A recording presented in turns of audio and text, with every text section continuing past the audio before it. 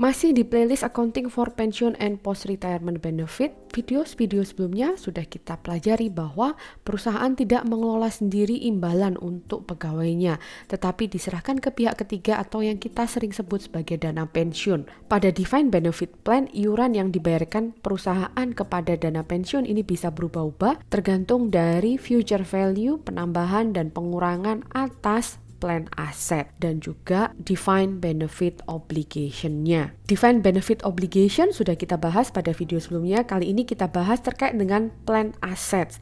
Apa itu plan asset? Plan asset itu dalam bahasa Indonesia disebut sebagai nilai wajar aset program.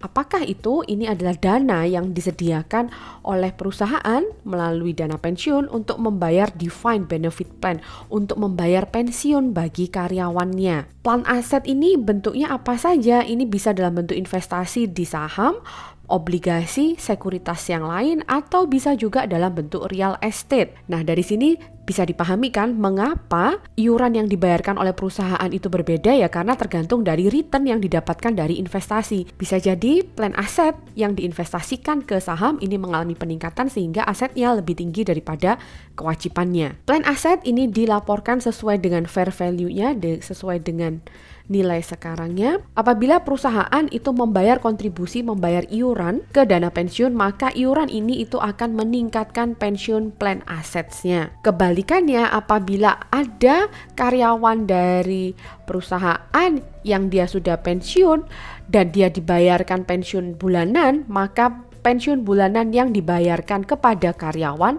atau yang disebut sebagai benefits ini menurunkan plan aset. Hal-hal lain yang mempengaruhi nilai wajar aset program itu adalah adanya pendapatan bunga, adanya iuran yang dibayarkan atau penarikan dana pensiun, dan adanya remeasurement, penilaian kembali. Kita langsung masuk ke contohnya.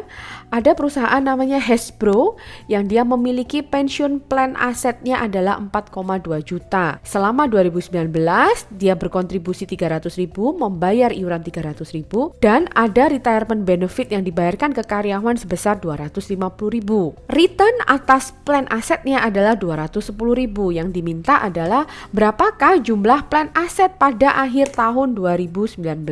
Maka kita hitung dulu. Plan aset tanggal 1 Januari itu adalah 4,2. Apa yang menambah plan aset? Yang menambah plan aset ini adalah kontribusi atau iuran yang dibayarkan oleh perusahaan. Maka 300.000 ini akan menambahkan. Apalagi yang menambah plan aset? Yang menambah plan aset selain iuran itu adalah return atas investasi.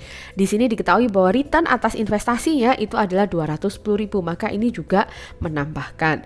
Bagaimana dengan yang 250.000? 250.000 ini merupakan benefit yang dibayar ke pegawai yang sudah pensiun. Maka benefit ini akan mengurangi plan aset. Jadi dari sini bisa kita hitung bahwa plan aset per 31 Desember itu adalah 4.460.000. Kita masuk ke contoh yang lebih komprehensif.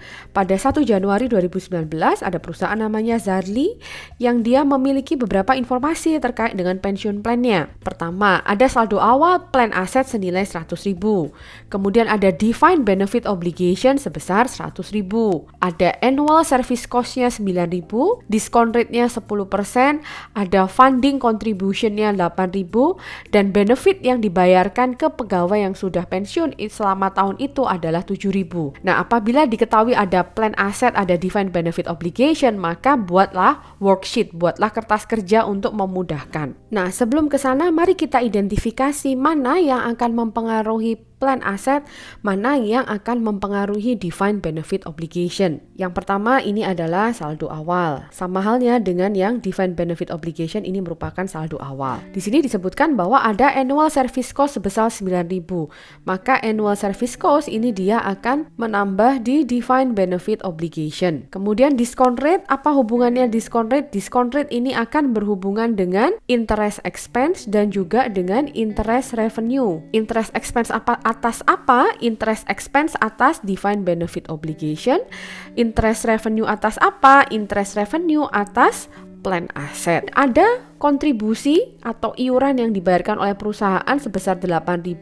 Maka 8.000 ini akan menambah jumlah dari plan assets. Sedangkan benefit yang dibayarkan ke employee ini dia akan mengurangi plan asset. Oke, mari kita lihat bentuk worksheetnya seperti apa. Jadi ada items, kemudian ada annual pension expense, ada cash, kemudian ada OCI, Other Comprehensive Income, kemudian ada pension asset liability, ada defined benefit obligation, dan ada plan asset. Kita isikan satu persatu dari saldo awal sampai kita bisa menghitung saldo akhirnya. Saldo awal pada tanggal 1 Januari itu diketahui posisinya sama defined benefit obligation dan plan assetnya.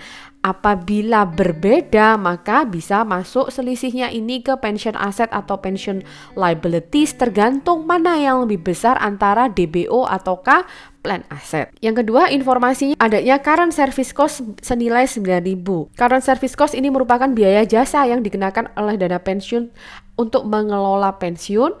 Ini merupakan expense tetapi tidak dibayar oleh perusahaan. Jadi ini akan menambah expense dan juga akan menambah defined benefit obligation. Berikutnya ada interest expense. Interest expense ini adalah bunga atas defined benefit obligation. Jadi 10.000 ini didapat dari mana? Ini adalah 10% discount rate dikalikan dengan defined benefit obligation.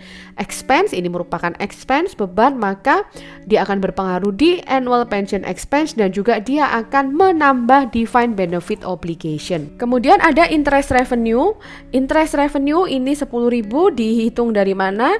Ini adalah 10% dikalikan dengan plan asset. Jadi apabila ada interest revenue, yang namanya revenue ya dia masuk ke bagian revenue atau menjadi kontra dari expense, kemudian dia menambah plan asset. Selain itu, perusahaan juga membayar iuran. Pembayaran iuran ini otomatis dia akan mengurangi uang kas, tetapi dia akan menambah plan asset. Ada pensiun yang dibayarkan ke karyawan senilai 7.000.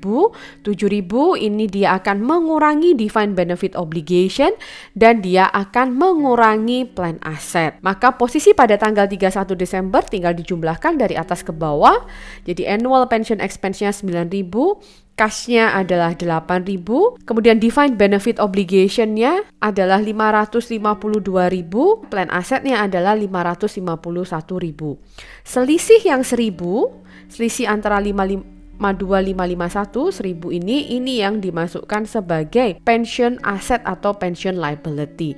Karena yang lebih besar adalah defined benefit obligation, maka ini dimasukkan ke dalam pension liability. Maka dengan demikian pada akhir periode bisa dibuat jurnalnya. Jadi debitnya adalah pension expense senilai 9.000, kemudian cash yang dibayarkan kredit 8.000, yang 1.000 itu adalah pension liability. Nah, selain adanya service cost, interest expense, interest revenue, bisa jadi ada remeasurement, ada pengukuran kembali yang dia bisa menimbulkan laba atau rugi. Laba atau rugi yang terkait apa? Yang terkait dengan defined benefit obligation, terkait dengan plan asset.